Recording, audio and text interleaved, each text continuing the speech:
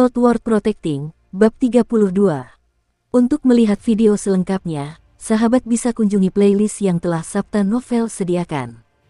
Yuk mari, kita berimajinasi bersama dan masuk ke alur ceritanya.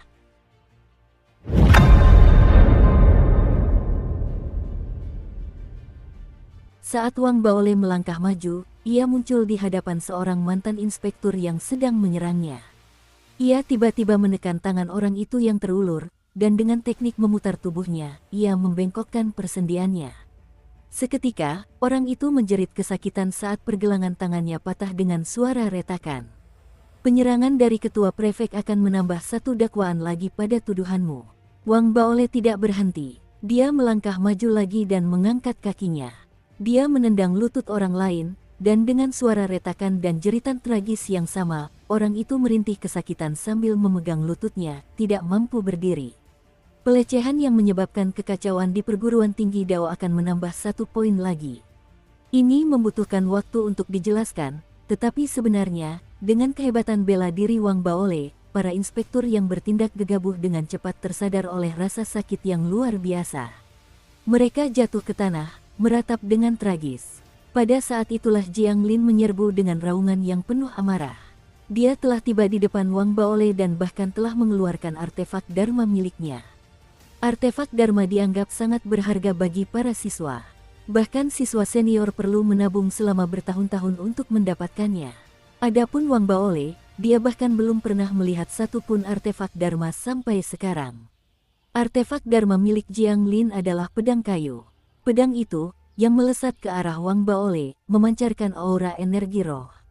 Namun, tampak jelas bahwa dia masih belum mampu mengendalikannya sepenuhnya. Kilatan cahaya muncul di mata Wang Baole saat tubuhnya menghilang, kecepatannya meningkat tiba-tiba. Setelah menghindari pedang kayu itu, dia mendekati Jiang Lin. Dia mengangkat tangan kanannya untuk meraih jari Jiang Lin. Dia berhasil melakukannya tanpa kesulitan dan dengan kejam membengkokkan jari itu. Sebagai mantan ketua prefek, Anda lalai dalam menjalankan tugas, sehingga mengacaukan departemen disiplin sekolah. Kesalahan Anda tidak dapat ditoleransi. Saat Wang Baole berbicara, Jiang Lin, yang berteriak kesakitan, berusaha untuk bangun. Namun dalam hal pengalaman bertarung, dia terlalu rendah dibandingkan Wang Baole, yang telah bertarung dalam ratusan pertempuran di klub pertarungan. Sebelum dia sempat mengumpulkan kekuatan untuk melakukan tindakan lebih lanjut, Wang Baole menendang, mengarahkan kakinya tepat ke selangkangan Jiang Lin. Dengan suara keras, nada teriakan kesakitan Jiang Lin berubah. Dia terlempar. Ini masih dalam situasi di mana Wang Baole takut Jiang Lin akan mati.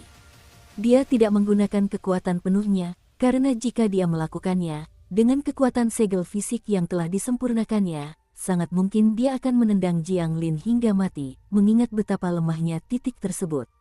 Adegan ini disaksikan oleh semua orang di sekitarnya.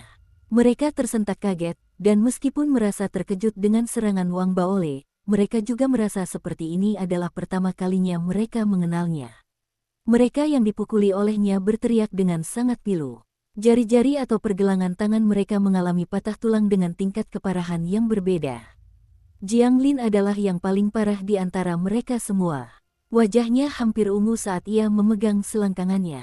Ia bahkan tidak bisa mengeluarkan suara meskipun mulutnya terbuka. Para guru sudah tiba di langit pada saat itu. Setelah melihat semua yang terjadi, mereka juga merasa sangat terkejut, tetapi tidak ada yang melakukan apapun untuk menghentikan Wang Baole. Hal ini karena Wang Baole telah menyatakan alasannya sebelum setiap tindakan. Selain itu, dia adalah kepala prefek yang baru dipromosikan. Dia memegang kekuasaan atas Departemen Disiplin Perguruan Tinggi Aula Batu Roh, dan wajar jika dia menangani bawahannya dan membersihkan siapapun yang tidak diinginkan.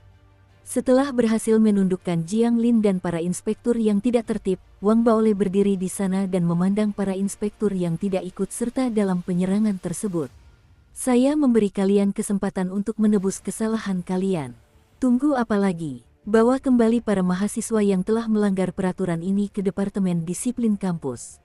Begitu Wang Baole mengatakan itu, para mantan inspektur langsung mengangguk setuju sambil gemetar ketakutan. Mereka tidak peduli apakah orang-orang yang merintih di tanah itu adalah rekan mereka. Mereka bergegas maju dan membawa mereka semua pergi. Bahkan mereka yang terluka pun berusaha untuk bangun sebagai tanda penyerahan diri. Wang Baole menyelesaikan krisis secepat kilat, dan hal itu memberinya pemahaman mendalam tentang kekuatan dan kedudukan seorang kepala prefek. Dia merasa sangat gembira. Tujuan yang telah diupayakan selama lebih dari setengah tahun ini akhirnya tercapai. Hal itu membuatnya merasa langit senja saat waktu bermalam sangat indah. Dengan begitu banyak siswa yang menyaksikan acara promosinya, hal itu semakin memperindah momen tersebut. Dia menarik napas dalam-dalam dan tersenyum lebar. Dia memandang kerumunan dan para guru sebelum menangkupkan tinjunya dan membungkuk dalam-dalam. Saya akan mengandalkan semua teman sekolah dan guru saya untuk menjaga saya di masa depan. Sikap membungkuk itu seketika membuat para siswa yang masih tercengang di sekitarnya menjadi serius. Mereka membalas membungkuk kepada Wang Baole, menatapnya dengan rasa takut dan hormat. Adapun para guru, meskipun mereka tidak memiliki perasaan yang sama dengan para siswa, mereka tidak lagi memperlakukannya sebagai siswa biasa ketika melihat Wang Baole. Mereka semua mengangguk, kesan mereka terhadap Wang Baole semakin mendalam. Lagi pula, dia adalah ketua prefek, bukan peran yang diberikan oleh sekolah tinggi Dao. Setiap ketua prefek telah mendapatkan status mereka melalui kerja keras. Bahkan jika mereka memiliki kekuasaan yang sangat besar, para siswa sekolah tinggi Dao tidak mempermasalahkannya karena itu semua tentang kualitas intrinsik seseorang. Terutama setelah mereka menyadari bahwa Wang Baole baru berada di sekolah tinggi Dao kurang dari setahun. Dalam waktu kurang dari setahun, dia telah menjadi ketua prefek sebagai mahasiswa baru. Dia telah memurnikan batu roh pelangi, dan ini saja sudah menunjukkan keistimewaannya.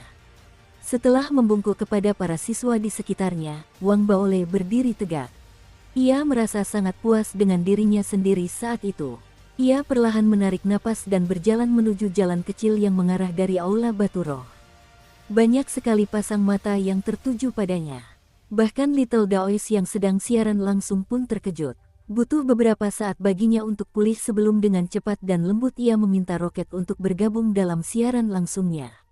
Teman-teman, saya sekarang diam-diam merekam Wang Baole, yang wajahnya yang besar tidak bisa sepenuhnya tertampung di layar. Dia sangat berbahaya, dan saya butuh Roket untuk melindungi diri. Ayo, hujankan Roket. Namun saat ia mengucapkan itu, tubuhnya bergetar karena tekanan yang membingungkan menimpanya. Ia menoleh, dan matanya tiba-tiba melebar. Ia melihat Wang Baole, yang tadinya berjalan menuju jalan setapak, tiba-tiba muncul di sampingnya. Kepala prefek, Taoist kecil terengah-engah. Tepat ketika dia hendak mengatakan sesuatu, Wang Baole mencondongkan tubuh dan melihat alat perekamnya. Hei, kenapa kau belum belajar cara siaran langsung? Wang Baole tampak tidak puas. Kali ini dia tidak merebut alat perekam itu. Sebaliknya, dia terbatuk kering dan membentaknya. Teman-teman, apakah Taoist kecil ini pernah mengunjungi ruang lava waktu itu? Jika belum, beritahu saya. Saya akan mengantarnya sendiri ke sana. Dukung terus channel YouTube Sabta Novel. Saya sama sekali tidak akan membiarkan roket kalian terbuang sia-sia. Sebelum Wang Baole menyelesaikan kalimatnya, para penonton di saluran siaran langsung heboh. Layar langsung dipenuhi pesan-pesan. Taoist kecil menahan napas saat melihat pesan-pesan tentang dirinya yang tidak boleh memasuki ruang lava memenuhi layar. Dulu, tidak mudah untuk membuat para penonton mengabaikan masalah itu. Sekarang, dengan Wang Baole yang kembali mengangkat isu tersebut, dia hampir pingsan. Wang Baole mendengus dalam hati. Pendengarannya tajam dan ia telah mendengar pendeta kecil menyebutkan betapa besar wajahnya. Jelas ia tidak akan membiarkan masalah ini begitu saja. Merasa puas dengan tindakannya, Wang Baole dengan gembira berjalan menjauh dengan tangan di belakang punggung sambil bersenandung. Tak lama kemudian, setelah kepergian Wang Baole, bukan hanya diskusi di saluran siaran langsung yang meningkat, tetapi juga suara-suara riuh terdengar di sekitar aula batu roh. Hanya Taoist kecil yang tersisa di sana, merasa terlalu sedih untuk menangis. Dia merasa bahwa Wang Baole adalah musuh bebuyutannya dalam karir siaran langsungnya. Pada saat yang sama, di kediaman Kepala Prefek Fakultas Persenjataan Dharma, Aula Inti Roh, terdapat dua pemuda yang berdiri di lantai paling atas, memandang jauh ke kejauhan ke arah Aula Batu Roh berada. Mereka berdua adalah dua dari tiga Kepala Prefek Fakultas Persenjataan Dharma, Kepala Prefek Prasasti dan Kepala Prefek Inti Roh. Kepala Prefek Inti Roh itu tampan. Ia memancarkan aura bangsawan, dan jelas terlihat bahwa ia berasal dari keluarga kaya. Sikap itu terbentuk dari pelatihan dan kebiasaan yang dimilikinya sejak muda. Dibandingkan dengan ekspresi muram Kepala Prefek Prasasti di belakangnya, dia tetap tenang. Bahkan dentingan gong hanya menimbulkan kilatan di matanya. Pada saat itu, Kepala Prefek Prasasti di belakang pemuda yang mewah itu menunduk melihat cincin transmisi suaranya dan berkata perlahan, "Saudara Lin, Jiang Lin telah ditangkap." Pemuda kaya itu agak terkejut ketika mendengar hal itu. Setelah bertanya dengan saksama, ia mengetahui alasannya dan tak kuasa menahan tawa. Jiang Lin terlalu bodoh.